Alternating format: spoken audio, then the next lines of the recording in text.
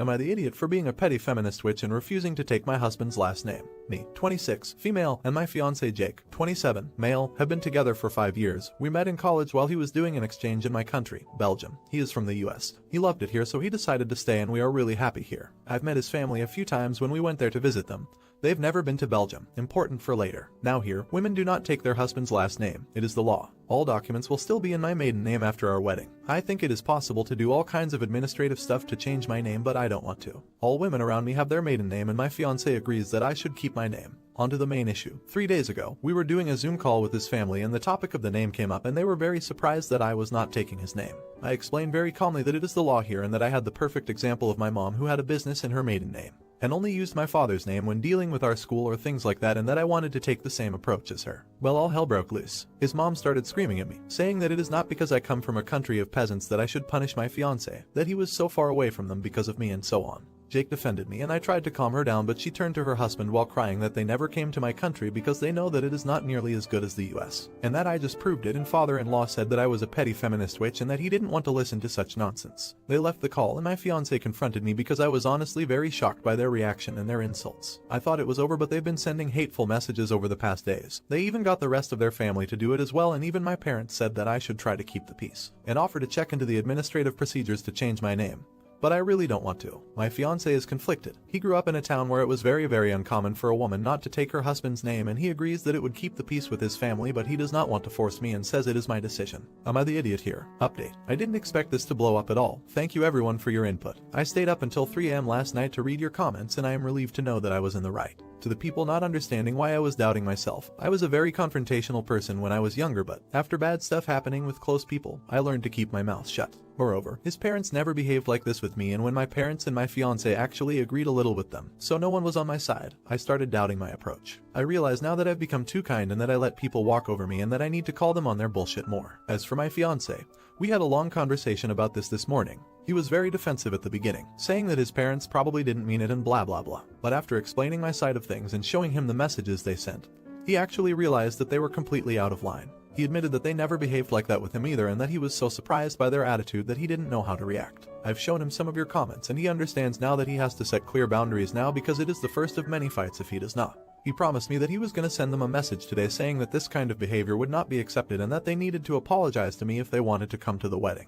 He apologized profusely and I want to trust him. We also discussed the topic of names again, and he promised me that he was fully supporting my decision. Concerning children, we already had a conversation because we both want to be parents and we agree to give his last name. Again, thank you all for your comments. Comments before the update. Not the idiot. And what the flipped. If it's not the law and custom of the place where you intend to reside, it's none of your in-laws' damn business. It also wouldn't be any of their damn business if you intended to come to the States eventually. But the fact that it's an administrative headache for no benefit should settle it with everyone. Not the idiot. I recommend blocking all of them or letting him and him only deal with his family. He was fine with you keeping your maiden name until his parents had their fit. You know what this is really about? He has decided to live in Belgium, and his parents, mostly mom it seems, is super pissed. She's no longer the most important woman in his life. Can you imagine if you moved here and she was only a town or two over? Nightmare. By the way, I was married for like 3 years before I finally changed my name and no one cared. Update. Firstly, I want to thank all of you for your advice and opinion. I spent hours reading your comments and it really helped me gain some perspective. Around a week after my first post, I asked to have a very big conversation with Jake, as you suggested,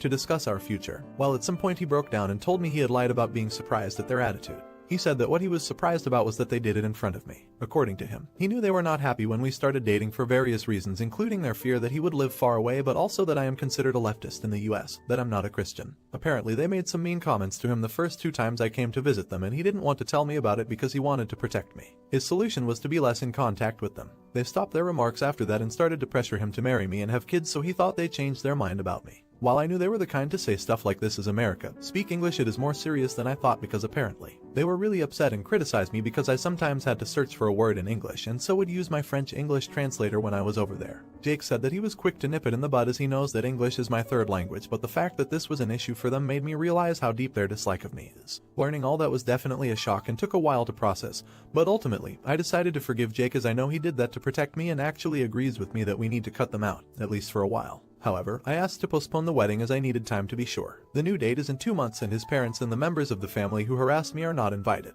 I think that, this time, we were able to discuss our future while being a lot more open to each other. I told him that I see no issue giving his last name to our kids, but that I would not negotiate on the languages. We both agree to stay here. Belgium is a multicultural country and I don't want to penalize them in life because they don't speak the languages of the country. I obviously want them to speak English, but I told him I would not accept them not being able to speak French and Dutch. He agreed and even said he would start taking French lessons again. I think we are both a bit sad that it had to come to that. I think he really wanted to believe that his family could accept me in.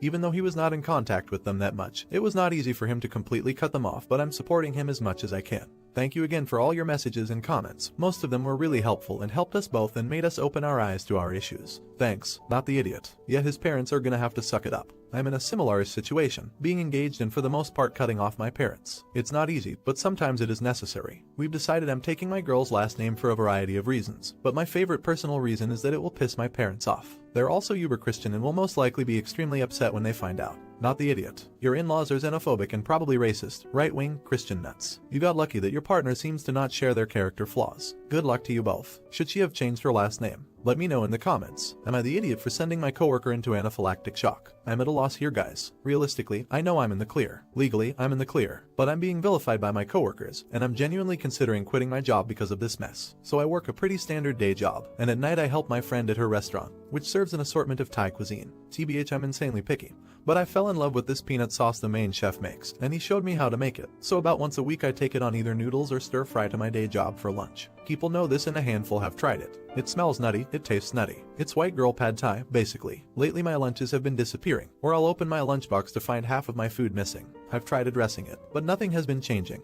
And I was pretty sure it was one of the new hires that was doing it, but had no proof. Until now. Thursday I took my noodles, and my entire Tupperware was missing, which hasn't happened before. I'm pissed, but what can I do? A coworker shared her pizza with me and that was that, until today. My boss confronted me and accused me of poisoning my noodles because his daughter, one of the new girls, borrowed my lunch and had to be hospitalized. Turns out she's severely allergic to nuts, ate some and boom. Anaphylaxis. She used an EpiPen, had to be hospitalized, and now her dad is trying to hold me accountable for her bills and condition.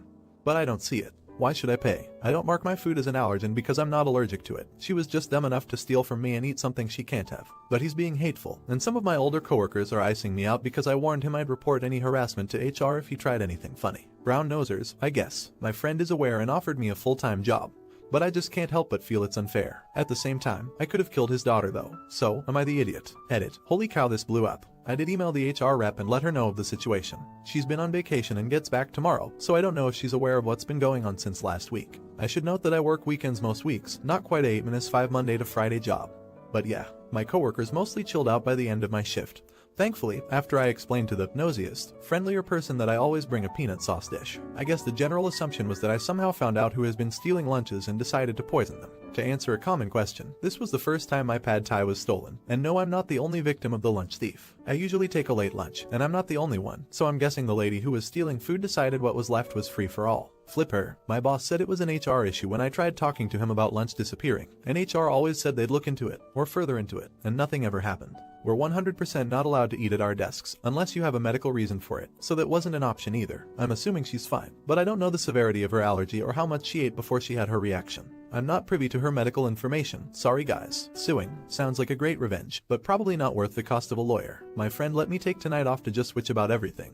And I'm probably going to take her job offer. One commenter was right. Even if everything settles down, I don't want to deal with a potentially hostile or reactive workplace like this anymore. It's not a career with much room for upward mobility, and I didn't feel welcome in our group meeting today. Comments before the update. Not the idiot. Go to HR right now. In HR terms, what happened is someone stole your lunch in the container it was in. The person who did this is another employee's close relation, and because that employee is your manager, you are facing bullying and reprisal from your manager, and further bullying and hostile work environment from coworkers. You do not need to put up with this, you are not in the wrong. The daughter, the boss, and the coworkers are all in the wrong and you need to document and report. Unfortunately, it's unlikely you can just go back to normal. But what your boss and coworkers are doing is not just shitty but potentially illegal and certainly a liability HR should deal with. Typically, this type of mess is why companies are wary of hiring relatives of employees except as interns, short-term hires. Not the idiot. She stole from you, and that's what happened. It's not your fault that the boss daughter didn't check for peanuts. 100% her own fault. Report the boss to HR regardless, and warn him that you'll report him again if he takes revenge on you. Don't pay a cent towards her medical bills. Bill her for the food she stole. Update, let's get right to it. Coworker is perfectly fine. She didn't go into shock. She approached me when she got back to work and apologized for stealing my food, and explained she's supposed to be on a diet for medical reasons, but at work she isn't being monitored by her parents, so she's been stealing from some of us. The day of the initial problem, she broke out into hives pretty quickly when she opened my container and had to go home.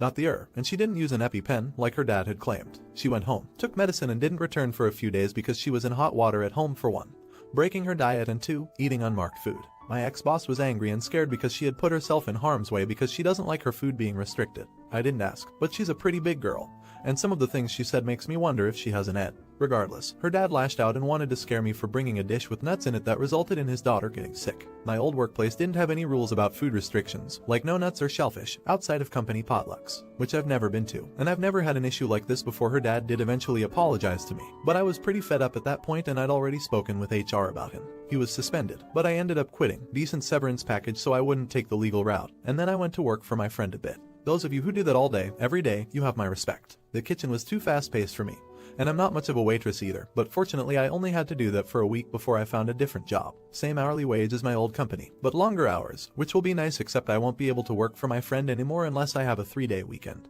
I really hope the daughter gets the help she needs, and her dad stops being an ass, but I'm done with that place and the people at it. Never did get my Tupperware back, by the way. Not the idiot. Hopefully this is the end of lunch thefts for you. But for anyone facing lunch theft, there's a slightly infamous letter from Ask a Manager where the Opus's boss shamelessly stole her lunch all the time. The solution was to buy a small lockable box like a petty cash box and put the lunch Tupperware in there. So then he started stealing from other members of the team, and pretty soon the whole team had their lunches in lockboxes. Which was then pretty funny when that boss eventually left the company and the new boss looked in the fridge for the first time.